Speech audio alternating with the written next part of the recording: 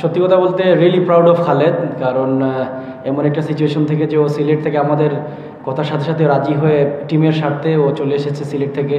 আর normally আসলে সিলেট যদি থাকতো হয়তো মনটা আর একটু খারাপ থাকতো। সো ও আমাকে কল করেছিল গতকালকে যে ভাই আমি কি করব। সো আমি বললাম যে আসলে সিলেটে থাকলে মনটা খারাপ থাকবে বাসায় বসে থেকে, আর এখানে আসলে হয়তো একটু উৎফুল্ল থাকবে। And he wanted to play this game, বললো যে আমি বরিশালের সাথে খেলতে চাই। আর আসলে সত্যি কথা বলতে আমরা সবাই ইমপ্রেস, কারণ একটা এত বড় ইনসিডেন্টের পরে যে ও চলে এসে এবং ম্যাচ খেলেছে এবং দারুণ বোলিং করেছে আজও।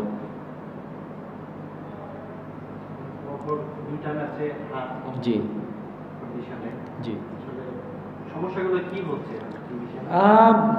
সমস্যাগুলো আসলে আমাদের টপ অর্ডার ফেইলার, কারণ টি-20 ক্রিকেটে আপনি যদি দেখেন ফার্স্ট পাওয়ার প্লেতে যদি আপনার 3-4টা উইকেট পড়ে যায়, আমাদের আসলে আমরা 6টা ব্যাটসম্যান নিয়ে খেলি, আমাদের লং টেল।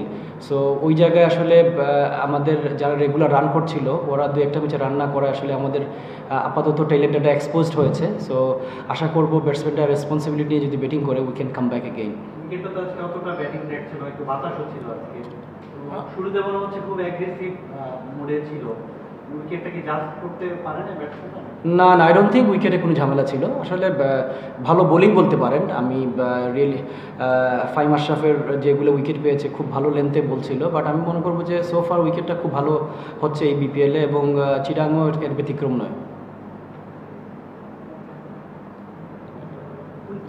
রানটা তাহলে কম হওয়ার কারণে কি মনে হচ্ছে সিলেটে যে পরিমাণ রান হচ্ছে ঢাকাতে চিটাগাংয়ে রানটা তুলনামূলক কম হচ্ছে দেখা যাচ্ছে? তুলনামূলক বলতে আমি বলবো যে আসলে আর্লি উইকেট পর আমাদের যদি টিমের চিন্তা করি, আমাদের আর্লি উইকেটটা পড়ে যাচ্ছে। সো আমাদের ক্লার্ক যেমন আমাদের খুব ভালো ব্যাটিং করছিল পুরো throughout the tournament. So ও 2টা ম্যাচে আউট হয়, আমরা আসলে একটু পিছিয়ে গেছি।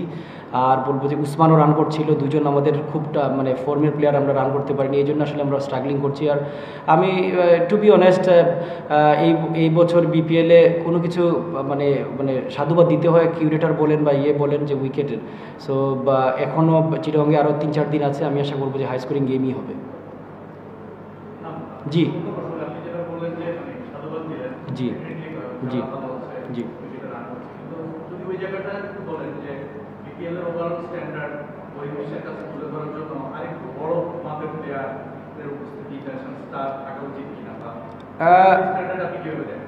ডেফিনেটলি আমাদের স্কেজুলিংয়ে প্রবলেম, কারণ বড় বড় স্টাররা আসলে আইএল খেলতে চায়, এসএ খেলতে চায়। সো আমরা তো 2012-13-তে এইভাবে অনেক বড় বড় স্টারও খেলেছে, আমাদের টিমই খেলেছে চিটাগাং কিংসে, আমিও ওদের সাথে খেলেছি।